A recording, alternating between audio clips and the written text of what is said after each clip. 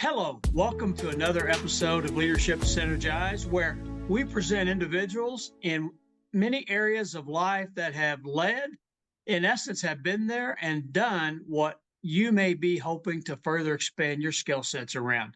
This week, we're joined by Stephen Quaderer. Stephen is a district administrator, district leader in the Mississinewa. I can't hardly say that, Mr. Quaderer. I'll let you state that a little bit better than I did. Mississinewa School Corporation, right, in There you the go. northern Yep, part of yep. the state of Indiana. And welcome, my friend. Thank you for joining us today. Thank you. Thank you for having me on. You got it. You got there. It takes a little bit, right? Southern Sure, Indiana, sure. northern Indiana get a little Yep. tongue-tied every once in a while. But for those of you who've been following our pod video cast, I think it was the summer of 2023, we had the school superintendent, Ms. Leslie Winter of the Mississinewa School Corporation on with us. And what a great leader. And Steve, you worked directly with her, and she recommended highly that we bring you on. Before we jump into the impact Ms. Winter has had on your career, which will come up later on, talk a little bit and introduce yourself. Who is Stephen Quaderer? Sure. And again, I appreciate having me on. I'm really excited about this opportunity and just to share a little bit about my leadership story. I was born in Detroit, Michigan, living in Indiana. People just assume that you were born in Indiana, but I was born in Detroit. At a young age, moved to Angola, Indiana, where I was really, that's where we were raised. The oldest of four, just went through school in Angola. Parents divorced. My dad went on to remarry, had two more kids. So I'm actually the oldest of six. Went on to play three sports in high school, went on to Manchester College. It is a university now, but went on to Manchester to play baseball for Rick Espacet, an outstanding baseball program, just an outstanding. I went there to play baseball, and then I was going to go to class secondary.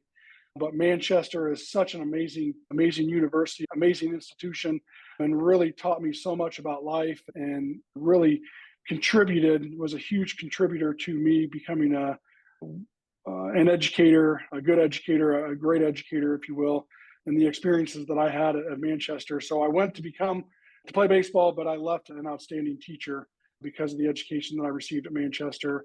Met my soon-to-be current wife at Manchester. And from there, she is from Mississinewa. She's from Gas City. So she wanted to move home. So we have since been back in the Gas City area for 20 years. I did teach at Noblesville Intermediate School for 4 years, taught health and PE there. Absolutely loved my experience at Noblesville teaching health and PE. I had an opportunity, coached Leslie's son in upward basketball here at one of the local churches when Alex was little. So that was our connection initially when Alex was probably 6 or 7. That's where we first met. And then I had an opportunity to interview here at Mississinewa when I was young, 24, 25 years old. Didn't get the job, but really made an impact on the administration here. The following year, another position opened up, applied, interviewed again, and then I was hired as an assistant principal or technically a dean of students at 25 years old. And that began my journey here at Mississinewa. And I've been here, this is my 18th year serving as an administrator at Mississinewa Community Schools. All of those right alongside with Leslie, 5 years as assistant principal with her. Then I went to Westview Elementary, which is our pre-K through 1 building for 2 years. Served as principal at the high school, Mississinewa High School, for 10 years. And then I've been here at central office, again, right back with Leslie for 2 years, serving as her assistant. And now I've been named assistant superintendent for Mississinewa Community Schools. I have 2 boys. Nolan is a senior, so we're finishing up his senior year, just less than 20 days left in his senior year. And Cal is a sophomore. My wife, Casey, again, is a Mississinewa grad, works here locally. She's an occupational therapist. And we love Mississinewa. We bleed red and white, and we're really proud of our community. We're proud of the work that we've done. So proud. We live right here on Main Street. Our boys are Mississinewa students. They'll be Mississinewa graduates, and we really believe in the work that we've done, so much so that our kids will graduate from Mississinewa. That's me in a nutshell. It's a very glorious nutshell. Thank you for sharing, Mr. Quaderer. A lot there to unpack. What a wonderful career and path that you have been fortunate, I'm sure you would say, to be placed on and have the people in your life. First of all, let me congratulate you and your wife on the upcoming graduation of your oldest son. And my wife and I, sitting here as we talk now, have been empty nesters for 18, 19 years. Our oldest son graduated, my goodness, about 27 years ago, but still remember that moment. While you thought you were ready as a parent, when the day came and a few days after, you recognized, I'm not sure I was really prepared for that piece. Right. Talk a little bit Right. about that experience for you and your wife at this phase of your life. Yeah, it's been unique. I've had the unique experience of being embedded with Nolan and with both boys because I'm a part of the school system.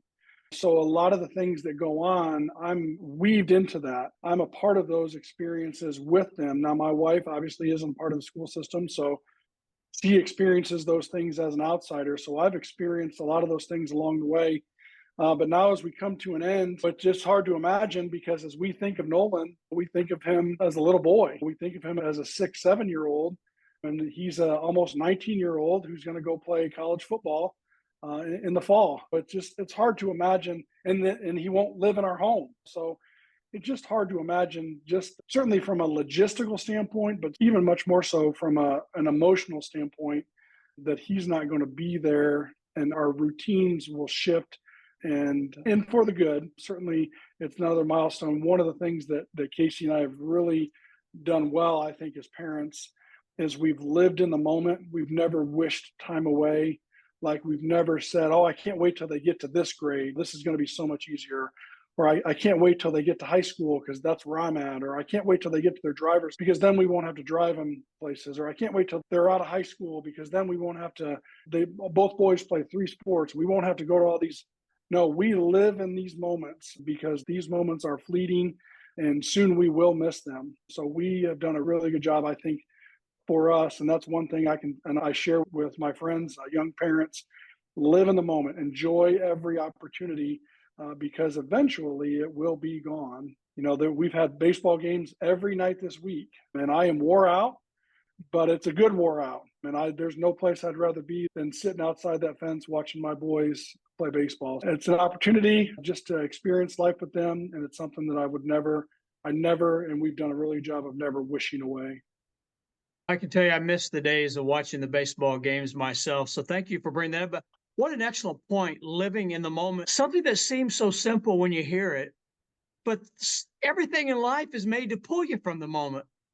What have you been able to find, you and your wife, maybe working together, teaming up, or individual skill sets counterbalancing, that have kept you there? Because I'm sure there's got to be pulls in both of your careers that maybe make that harder at times. Yeah, I think, and it just sounds so cliche as I think through some of my leadership journey, not only in our home, but in any of the experiences I've had in the classroom or in any of the leadership roles I've had, is communication. We have to communicate. We have to be on the same page as husband and wife, but certainly as parents.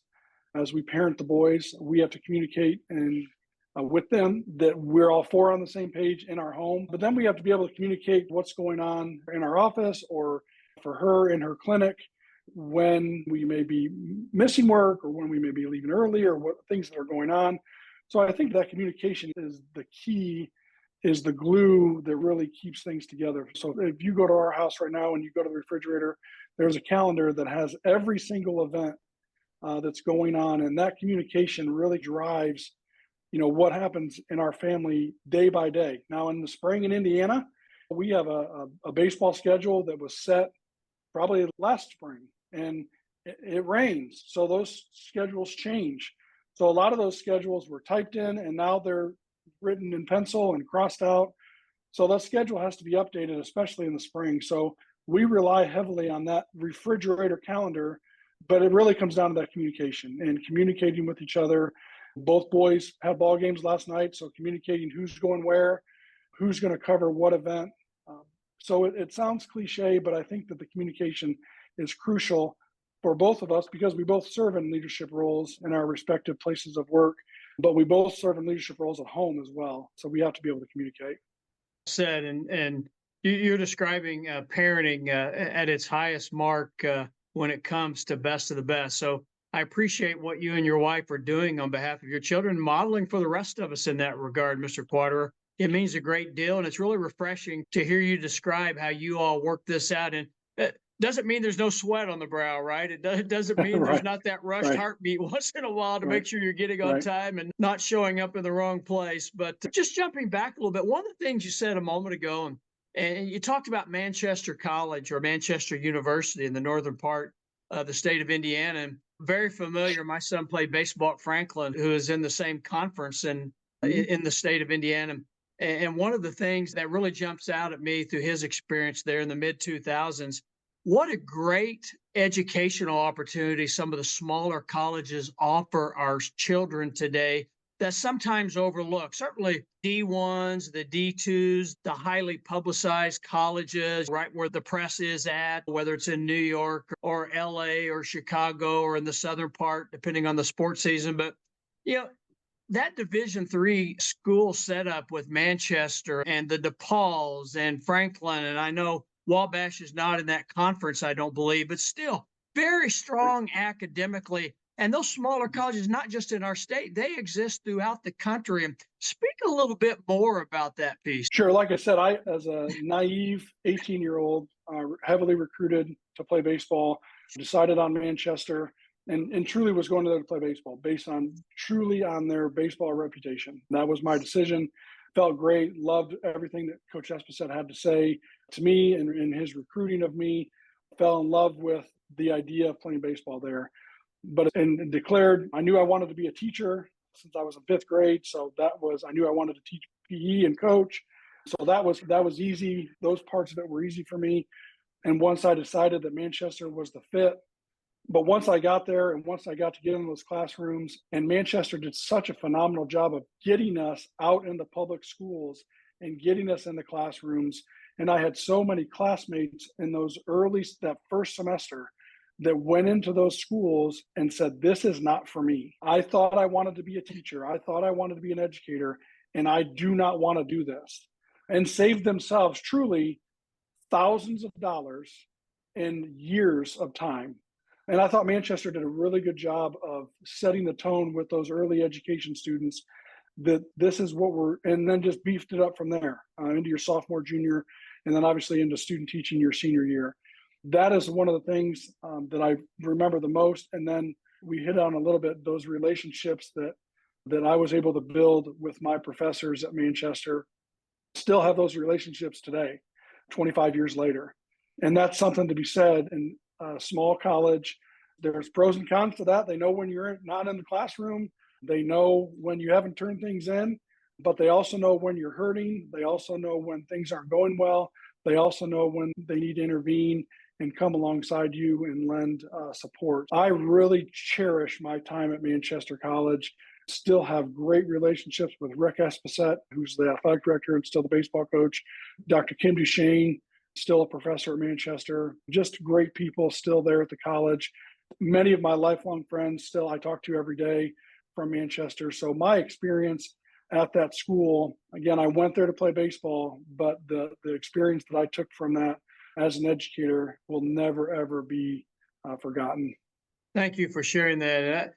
My experience with Derek, our youngest son, very similar. That one-to-one ability to connect with the Yep. professors was the entire difference in the Mhm. whole academic experience and what was taken away from there. And to Yep. your point, those relationships last.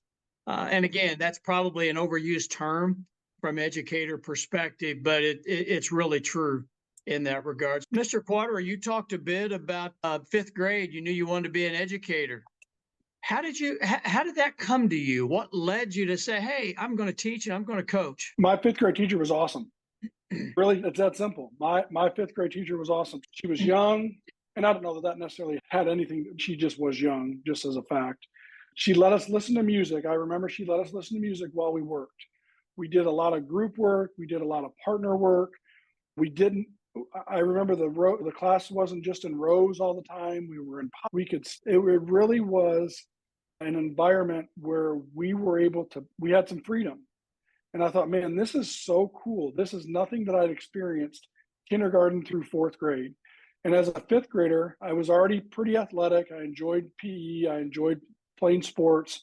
And I thought, man, if I could teach and do sports, this is what I want. This is what I want to do. So my fifth grade teacher, Bobby Bear, her name's Bobby Thompson now, still teaches in the region currently.